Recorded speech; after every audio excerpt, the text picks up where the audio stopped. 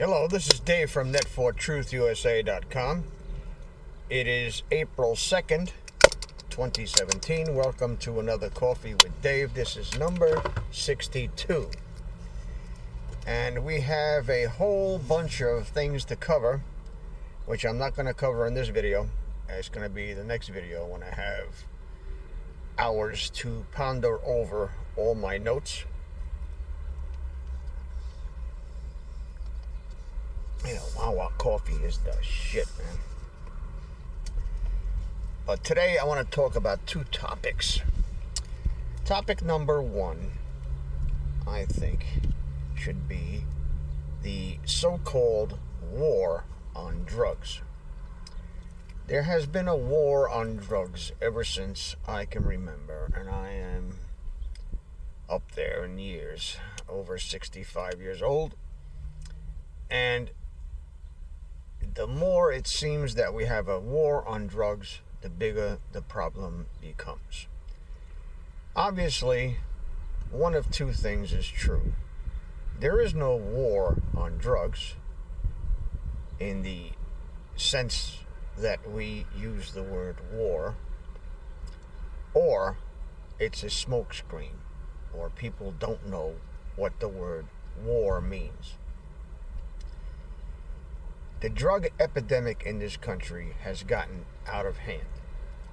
And you have some people who are advocating the legalization of this crap, and that, they say, will eliminate organized crime and the foreign influence. I don't know what they're smoking, but this shit comes from Colombia, from South America, from the Middle East, and there's no way by legalizing drugs that you are going to get these people out of there, because you cannot grow this shit in the Adirondacks. Okay? So let's blow that propaganda bubble right out of the water right now. Second of all, the people who are running drugs are the people who say they have a war on drugs. The CIA primarily is and was involved in drug smuggling ever since Vietnam and before then. It is their agenda, their prerogative, their mission to make sure that the drug traffic continues. And that's why building a wall between the United States and Mexico is so out of their agenda that they will do anything to stop it. Here is how I would have a war on drugs. Number one, any drug smuggling operation, whether it be here in the United States or overseas or in adjacent countries such as Mexico, Colombia, Peru, all those places. When a organization that is charged with determining where these drugs are coming from provides evidence that a particular cartel, factory, farm, whatever, is engaged in drug trafficking in the United States. That entity, whatever it may be an individual, a group of individuals, a farm down in Colombia somewhere, will be summarily destroyed. And that includes sending F-16s with napalm and burning down poppy fields if we have to. The minute you do that, of course, there's going to be an uprising. But if you do this to 5 or 6 or 10 of these low-life scumbags, eventually they will get the message. The cost of doing business is just too high for them to engage in it. Okay? Number two, in the United States, in these borders, when you are caught trafficking drugs, and I'm not talking about selling a joint on the street, I'm talking about people who make thousands, hundreds of thousands of dollars a month on selling drugs to people in the United States, to children, to young adults, and to the consumers. When you are caught red-handed with the goods in a police or FBI or DEA raid, you are then on the spot instantly declared a non-uniformed enemy combatant. That means you have no civil rights under the Constitution of the United States and no rights under the Geneva Convention.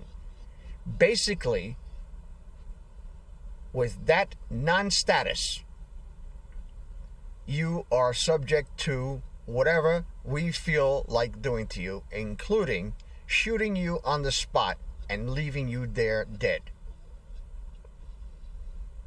Now, you can't tell me that drug dealing is a victimless crime. How many people, just this year alone, in this one city alone, Camden, New Jersey, died of drug overdoses? Died from using drugs, got hepatitis C, got all of these terrible diseases, and committed crimes in order to get the money to buy these drugs. Drug dealing is not a victimless crime. What they should do for the medium level or low level or low level drug dealers, people who are standing on the street selling bags of shit to people, is distribute the guilt. Now, what does that mean?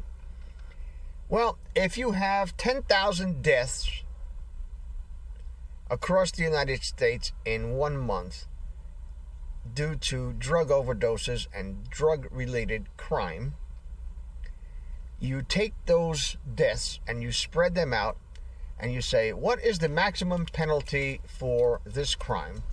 And you add them all up and you divide it by the number of people who are caught doing drugs. You throw them in prison and you make their families pay the cost. We, the taxpayers, are done paying to keep criminals alive in jail for 5 years, 10 years, 20 years, and then they get out and do the same thing.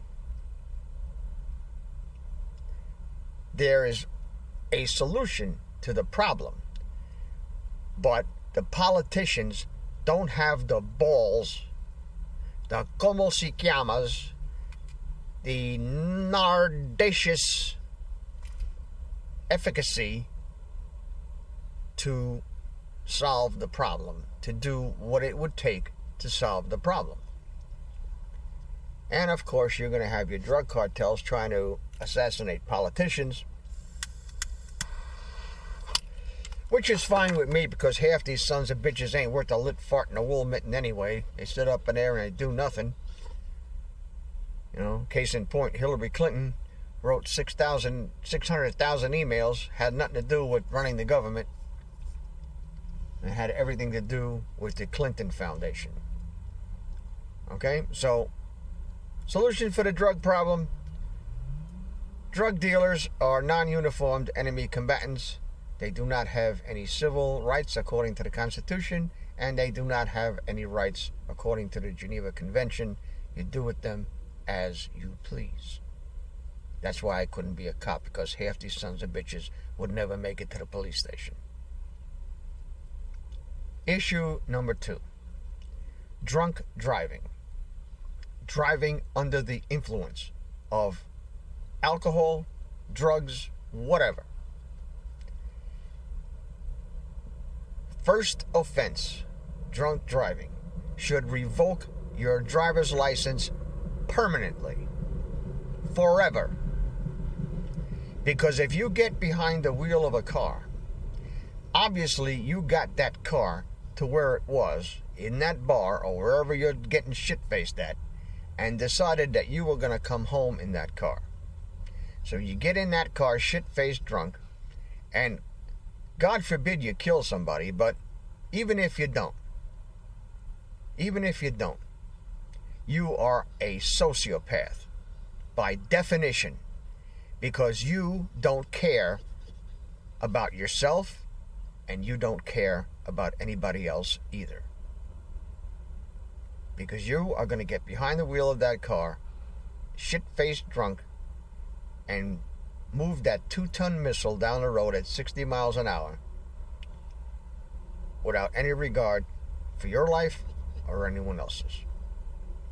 So, by definition, you are a sociopath. You should be committed to a mental institution where your brain can be analyzed. And you damn sure should not be allowed behind the wheel of a car ever again.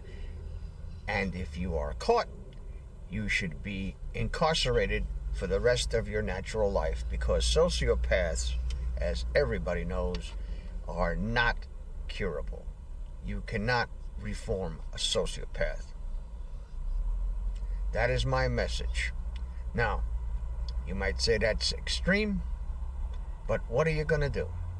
You're going to let a drunk driver go out on the road a second time, a third time, a fourth time until he kills somebody? Who is responsible for this person's behavior if it's not himself? And don't give me that bullshit that alcoholism is a disease. You're not born with the craving for Jack Daniels. Excuse me. This is a disease that you inflict upon yourself. You are responsible for your own actions.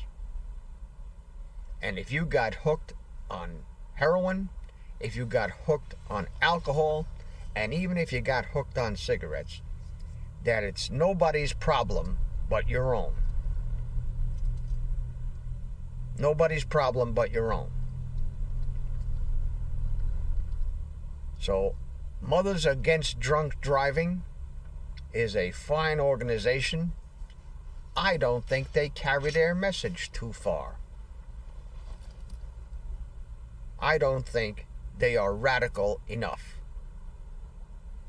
Drunk driving while under the influence, especially if you create an accident or, God forbid, kill someone, should revoke your driver's license and your ability to drive for your whole life. They should take your car, take your car, sell it, and take money from you, sue you, take your house, and pay the victims compensation. Same with the drug dealers. Take your house, take your car, take every fucking thing you own, and sell it to pay for the investigators, pay for all the expenses that are incurred, and to recompense the victims for their losses. This is Dave from net4truthusa.com. Thank you for watching. And if you like these videos, please support us. There's Patreon, PayPal, and GoFundMe links in the description. Thank you very much for listening.